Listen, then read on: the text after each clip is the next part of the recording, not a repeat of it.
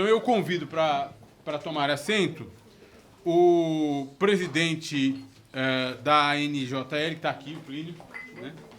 O advogado Tiago Gomes e o eterno diretor-geral da Polícia Federal, responsável por muitas prisões, Leandro Daiello.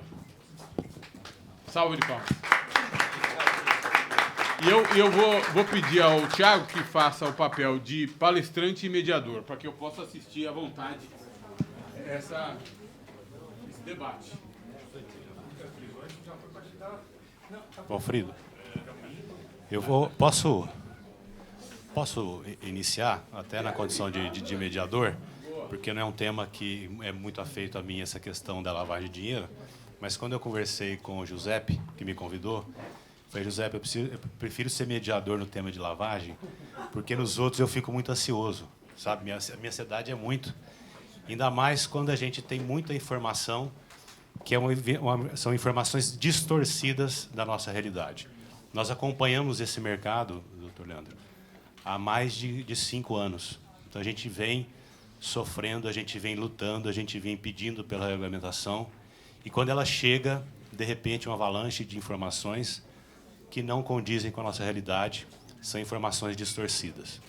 E a melhor forma de nós combatermos essas informações são com informações que nós estamos tentando trazer à população através de fóruns como esse, através de entrevistas na imprensa, através de debates com os órgãos públicos, nas secretarias do Ministério do Esporte, com o Dr. Giovanni, com o Dr. Regis lá na Fazenda.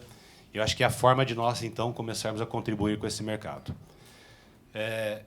E o que me preocupa, acho que o senhor não chegou aqui no começo, é quando eu vejo a fala do Eduardo, e eu identifico na fala do Eduardo o sentimento de quase toda uma população, dos órgãos, dos políticos, das pessoas que fazem, de algum modo, conduzem a nossa comunicação. Por quê? Na maioria das vezes, são visões advindas, como ele mesmo disse, de um boliviano que foi dono de bet nas Ilhas Maldivas. E isso não é a nossa realidade.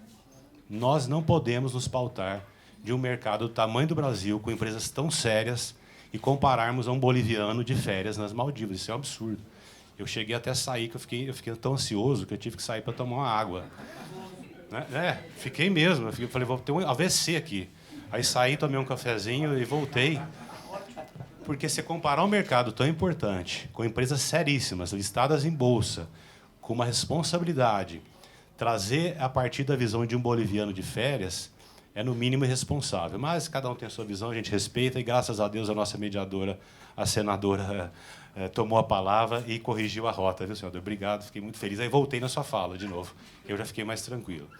E falar em lavagem de dinheiro, então, passando por um tema tão polêmico, tivemos uma aula brilhante do professor Pierre, e eu passo, então, já a palavra para quem entende também de lavagem. Vou passar para o doutor Leandro e depois para o Tiago, para que possa contrapor, então, contribuir com a informação, com a aula que o Pierre trouxe para a gente aqui, tão importante num tema, que é lavagem, porque hoje tudo no Brasil virou lavagem, né?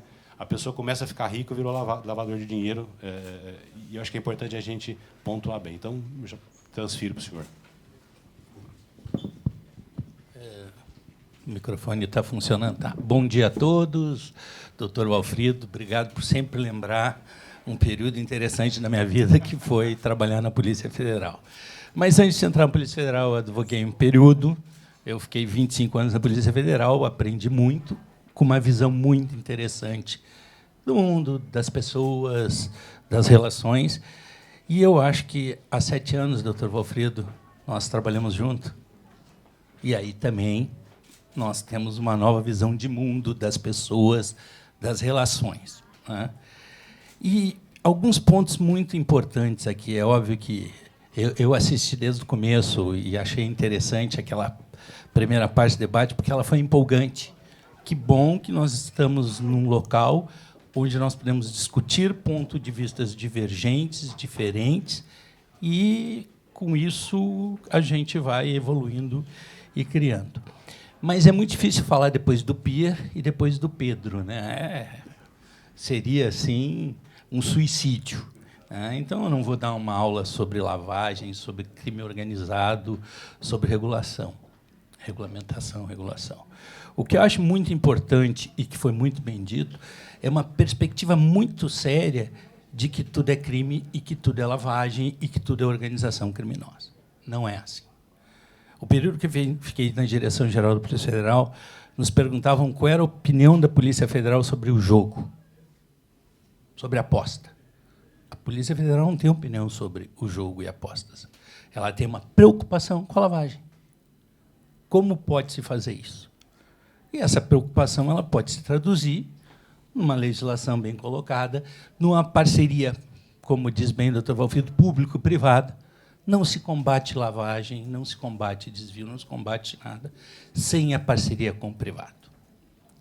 E aí, voltando ao nosso universo, que é muito sério, nem tudo que acontece no universo de apostas e jogos, como antes pode ter sido dito, é um crime, é um problema, é um vício. Sim, temos problema, como em todos os outros mercados.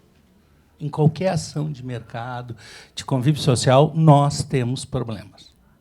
E nós temos que enfrentá-los. Ou através da regulamentação, da regulação, de novas leis. E aqui eu vou fazer um ponto e entrar no assunto que me preocupa muito mais nesse momento, que é a questão do clandestino. Nós temos visto que os mercados que são muito bem regulamentados e controlados geram um universo clandestino, algumas vezes, muito perigosos, porque eles não estão... Eles estão à margem até da fiscalização, da multa, da punição. E eu posso dar um exemplo, segurança privada. As empresas fiscalizadas são as empresas legalizadas. As outras, tu não pode multar, porque elas não são empresas, são clandestinas. Dentro desse universo, eu acho, fazendo só esse intervalo, muito séria a questão dos clandestinos. Nós temos que nos preocupar com isso. E aí, na perspectiva que eu vejo, com uma legislação muito específica, e o professor Pedro Serrano foi muito feliz quando eu lhe disse nós vamos precisar discutir uma legislação penal, lá na terceira etapa que ele falou, justamente para trazer, tirar esse clandestino, ele trazer ele a uma fiscalização, né? Mas, voltando à questão da lavagem, eu acho que o primeiro ponto que tem que ficar claro é que, quando a gente fala em lavagem, na questão de jogos e apostas, não necessariamente a empresa que organiza os jogos e apostas está envolvida. E no mercado, e do jeito que a mídia se coloca, elas são usadas para fazer como se houvesse envolvimentos. Não é verdade. Agora, que é muito importante que essas empresas tenham uma capacidade interna de disparar alguns alarmes para proteger, inclusive, a sua imagem. Aqui, eu vou ser bem claro, eu acho que essas empresas têm que se preocupar com a sua imagem, né? Porque, se ela está sendo envolvida num sistema de lavagem, ou até com a participação, e aí eu também acho interessante que o mercado vê a empresa é crime organizado, não, ela pode estar sendo usada. A empresa tem que ter um sistema interno que dispare alguns alarmes para que ela possa ter condutas para se proteger. Como disse bem o professor Pia, o número de informações que o COAF recebe é quase como não ter informação. Eu não sei se era melhor não ter tanta informação do que ter esse universo que te permite de fazer um trato que dê um resultado satisfatório. Agora, quando a gente fala em organizações criminosas, é fato que as organizações criminosas, e como disse também o Cacá, é que nem tudo é organização criminosa, também temos que... Né? E não nós só a lavagem de organizações criminosas, como a lavagem de ações criminosas dentro dos jogos e apostas. É fato que isso vai existir e é fato que nós vamos ter que combater. Não podemos ter a ingenuidade de achar que esse não é um mercado sedutor para quem quer lavar dinheiro, como tantos outros, como já foram citados, e tantos outros mercados que sofreram com a sua imagem por serem envolvidos nisso, né? Mas é fato, e essa preocupação nós temos que ter, é que não podemos deixar a imagem de quem opera apostas e jogos se vincular à lavagem e ao crime organizado. E nisso o doutor Valfrido tem sido expert. Essa relação das empresas que trabalham com jogos e apostas com o Estado, ela é estratégica. O Estado tem que entender que precisa regulamentar e que precisa parceria. E a regulamentação também não pode ser impeditiva, né? Nós não podemos tirar essa empresa do mercado com uma regulamentação que ela vai para a clandestinidade e o problema vai se tornar maior. Mas, então, voltando a dizer, eu fico muito preocupado quando as pessoas veem o jogo como lavagem, e não é. Né? Tem seus problemas e foram muito bem tratados aqui. Né? Mas, volto a dizer, hoje a minha preocupação seria a clandestinidade. As empresas que vão para esse universo distante da regulamentação, da fiscalização, e aí é uma situação difícil. Eu acho que é o que eu podia contribuir.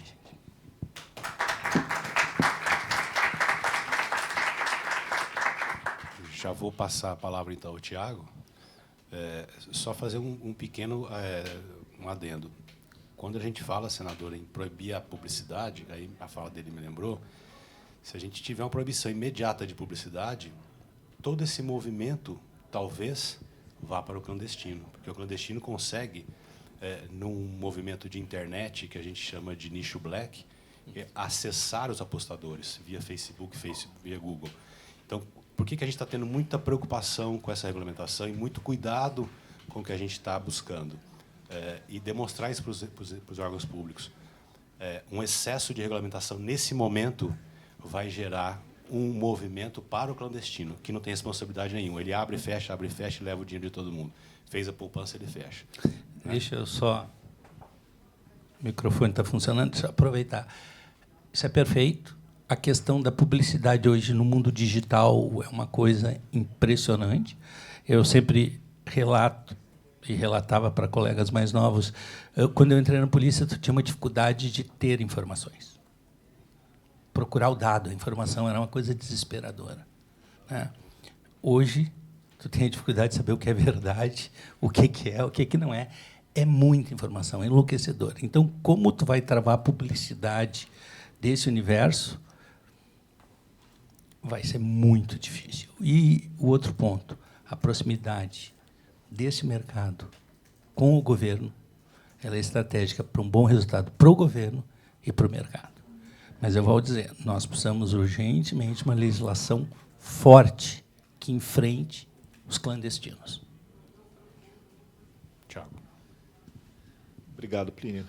Obrigado ao Valfrido pelo convite. Queria agradecer a todos aqui pela presença.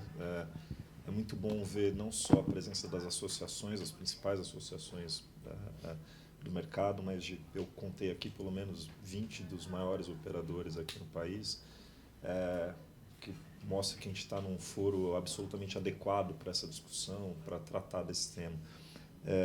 Eu também quero dizer o quanto me surpreendeu positivamente o debate na primeira sessão, porque não deixa de ser importante para nós que trabalhamos com a indústria e que estamos imersos na indústria, tomar conhecimento daquilo que está fora. Eu acho, Plínio, e vou aqui dialogar contigo, mas dialogando com toda a indústria, que um dos grandes problemas que nós enfrentamos como indústria é que nós nos esquecemos que essa indústria do jogo ela enfrenta um dogma, né? Não é possível que uma atividade tenha permanecido proibida no país por mais de 80 anos, né? E que a gente enfrente isso sem alguma resistência social, sem alguma resistência da opinião pública e sem que mesmo pessoas muito bem informadas possam fazer ilações com base em premissas e suposições que não têm fundamento fático, que não têm fundamento empírico. Então, a gente fala, por exemplo, de vício em jogo. O vício em jogo, particularmente, me parece uma expressão errada. O que a gente pode falar que é de ludopatia, de jogo problemático. Isso decorre de uma experiência médica muito profunda nos Estados Unidos, em que a gente tem a demonstração empírica do que se diz. Então, quando a gente fala aqui também de lavagem de dinheiro, e aí para tratar do tema, é importante que a gente trate do tema sem esquecer que nós enfrentamos os dogmas, sem esquecer que nós enfrentamos a premissa da imagem. A premissa da imagem de que o jogo ele é, por si, a obra do diabo, ele é a personificação do mal, e de que nós estamos aqui lidando com empresas que vieram para enganar o pobre, para roubar dinheiro, para cometer crimes e, com isso, lobo em pele de cordeiro passar-se por empresários. Infelizmente, há uma percepção equivocada da nossa indústria. E nós precisamos lidar com isso. Então, por exemplo, eu acho que a gente tem duas premissas em relação à lavagem de dinheiro que eu poderia simplesmente dizer, está na regulação. Né? A Portaria 827, ela trata com riqueza de detalhes o tipo de documentação que é necessário apresentar até o nível da pessoa física, o tipo de certificação de ausência de atestados criminais que a gente tem. Eu até estava brincando aqui com uma colega que é advogada de uma grande empresa, talvez uma das mais conhecidas desse mercado, e que foi pedida uma nova certidão de ausência de antecedentes criminais no país dela, embora ela seja uma empresária que está na capa de todas as revistas europeias, como provavelmente a CEO mais bem remunerada do mundo. A nossa SPA, de maneira muito correta, está fazendo um escrutínio absolutamente rigoroso, mesmo sendo de absoluto domínio público quem é aquela pessoa, de onde vem o recurso que ela usa para investir nessa atividade. Então, há, do ponto de vista subjetivo de quem é o titular deste investimento, um conhecimento bastante profundo e que o Regis diz isso de uma maneira muito, muito qualificada, porque ele é um especialista em regulação econômica, que ele enxerga que a regulação ela é feita em ciclos, né? E esse primeiro ciclo houve um cuidado bastante rigoroso em tentar conhecer quem são os titulares, os últimos beneficiários dessa participação. Mas é óbvio, isso não quer dizer que não haverá erros, não quer dizer que não haverá necessidade de ajustes futuros. E, como o Regis muito bem diz, que num próximo ciclo, isso, percebendo-se que há qualquer equívoco, que a gente possa apertar aqui ou ali, ou eventualmente até afrouxar a regulação aqui ou ali, porque ao apertar demais estamos afugentando aqueles que são sérios. Né? Do ponto de vista também de controles sobre quem joga, eu diria, eu temo até que a gente esteja, eu aqui vou ousar discordar do André, eu detesto fazer isso, que a gente não vai ter um número muito grande de notificações. Eu diria até que o meu receio, por conta dessa sua preocupação, Leandro, de o risco de imagem, porque é isso mesmo que você disse, mercado regulado dia 1º de janeiro, se acontecer um escândalo de que houve lavagem de dinheiro dentro de uma empresa e que essa empresa se omitiu, falhou na comunicação ao COAF, isso vai ser muito ruim para a indústria. Então, olhando aqui sob uma perspectiva daquela meio lá de Rio Preto, né, gato escaldado tem medo de água fria, eu tenho um pouco de receio de que haverá, sim, aquilo que o Pierre estava alertando de que pode ser um risco da nossa regulamentação. Tem 19 hipóteses que o artigo 25 da 1143 estabelece como necessidade de comunicação às autoridades, mais as outras 3 do artigo 24. Então, assim, a gente tem 22 situações em que a gente deve gerar esse dever de comunicação à autoridade. Me parece que nós corremos o risco de ter um excesso. Agora, é um excesso que, como eu disse, acho eu, Leandro, que está nesse seu receio de que essa indústria ela sabe que ela é mal percebida, ela sabe que tem muito preconceito contra ela. Então, para evitar qualquer possibilidade que amanhã alguém alegue, olha, você deixou de comunicar aqui e houve uma denúncia de lavagem de dinheiro, é possível que nós tenhamos, num primeiro momento, uma sobrevigilância das empresas, né? O Leandro falou bem, as empresas elas devem estabelecer mecanismos robustos. Olha, Leandro, eu posso assegurar que as empresas estão estabelecendo mecanismos robustos. Eu não estou só falando de qualidade, mas de quantidade de equipe, né? Nós estamos falando de empresas que estão investindo pesadamente na formação de equipes, contratando profissionais com experiência de mercado, no mercado bancário, em mercados regulados, para atuação nesse setor. Então, eu acredito que isso vai ser também um mecanismo. Assim, a gente conversa com as pessoas do setor, o uso de inteligência artificial também para gerar a prevenção desses movimentos, né? Então, por exemplo, quando você tem um sujeito que tem um comportamento suspeito, que é identificado por... Ele possivelmente não seria identificado por um ser humano, mas ele é identificado pela inteligência artificial, que está sendo muito utilizado, né? E, para enfrentar, acho que talvez o terceiro temor aqui, que está muito relacionado à questão de lavagem de dinheiro, que foi o que o Eduardo levantou. A possibilidade de você apostar em tudo é um convite à lavagem de dinheiro. Será mesmo? Porque, assim, vamos lá, essas empresas aqui, como a Bárbara falou, elas estão pagando 30 milhões só pela outorga da licença. O investimento dessas empresas é absolutamente vultoso. O primeiro ente que não quer que tenha manipulação de resultado é a empresa, porque assim, a manipulação do resultado é a quebra da odd. Se eu entendo que um jogo Corinthians e Palmeiras, infelizmente sendo corintiano, eu entendo que a chance do Corinthians ganhar é menor do que a do Palmeiras ganhar, se alguém manipula o resultado para o Corinthians ganhar, isso é a quebra da probabilidade. Então, assim, é um prejuízo para o operador. Mas como é que você consegue evitar um comportamento numa aposta, num cartão amarelo, no segundo tempo, que foi o exemplo que o Eduardo deu?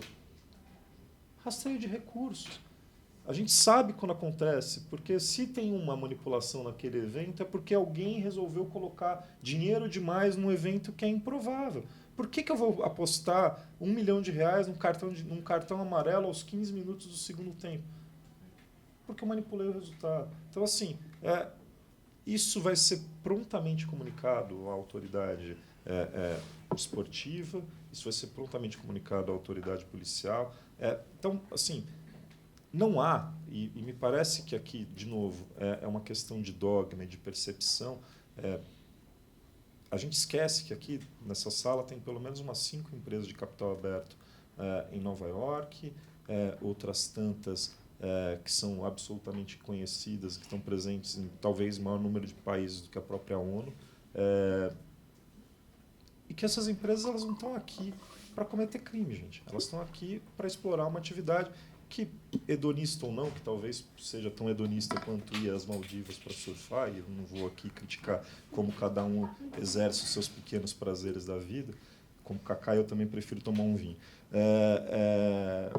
Mas acho que todos nós temos o direito de exercer as nossas liberdades e nos divertirmos como nós achamos que devemos. O que essas empresas estão fazendo é explorar um nicho de mercado. Há pessoas dispostas a se divertir apostando. Há pessoas dispostas a oferecer esse serviço para quem está disposto a investir nisso. Né? Eu acho que eram os 3 temas que eu queria explorar, Plínio. Obrigado, Thiago.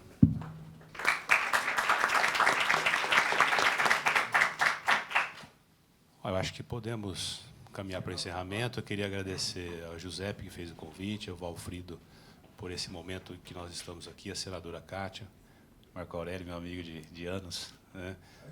Mais de 20 anos, né? Francano. Pode aumentar, vai mais. Né? E agradecer a todos pela presença. E eu vou só encerrar dizendo o seguinte, que em outra oportunidade, numa palestra num grande instituto, porque é muito difícil para quem não é da indústria conhecer da indústria. E disseram que o tigrinho é o tigrinho porque ele é fofinho. Eu falei, gente, não é isso, não. O tigrinho não é fofinho. Porque quem nunca jogou tem essa imagem, né, que o tigrinho, tal do tigrinho, é fofinho. Não, é um jogo de slot que paga muito prêmio. Então, isso que a gente vai começar, a partir de agora, a mostrar para a população, para a indústria, quais as especificidades do nosso setor. E acho que isso é muito importante. Agradeço ao Alfredo mais uma vez pela oportunidade. Muito obrigado a todos e todas. Foi uma manhã muito, muito interessante, agradável, porque sem contraposição de ideias, sem o embate sincero, não se estabelece o caminho. Aliás, a contraposição de ideias é propriamente o paradoxo, né? Ter ideias contrapostas, elas afirmam o desenvolvimento de um pensamento e de ações a partir de um pensamento. O jogo no Brasil é uma realidade inexorável, ele vai acontecer. Nós precisamos regular o escapismo, regular essa indústria de entretenimento que veio para cá e fazer de maneira humana, de maneira útil para a coletividade e digna para as pessoas. Muito obrigado a todos e todas que aqui estiveram. Até o próximo evento do INCRA. Um abraço.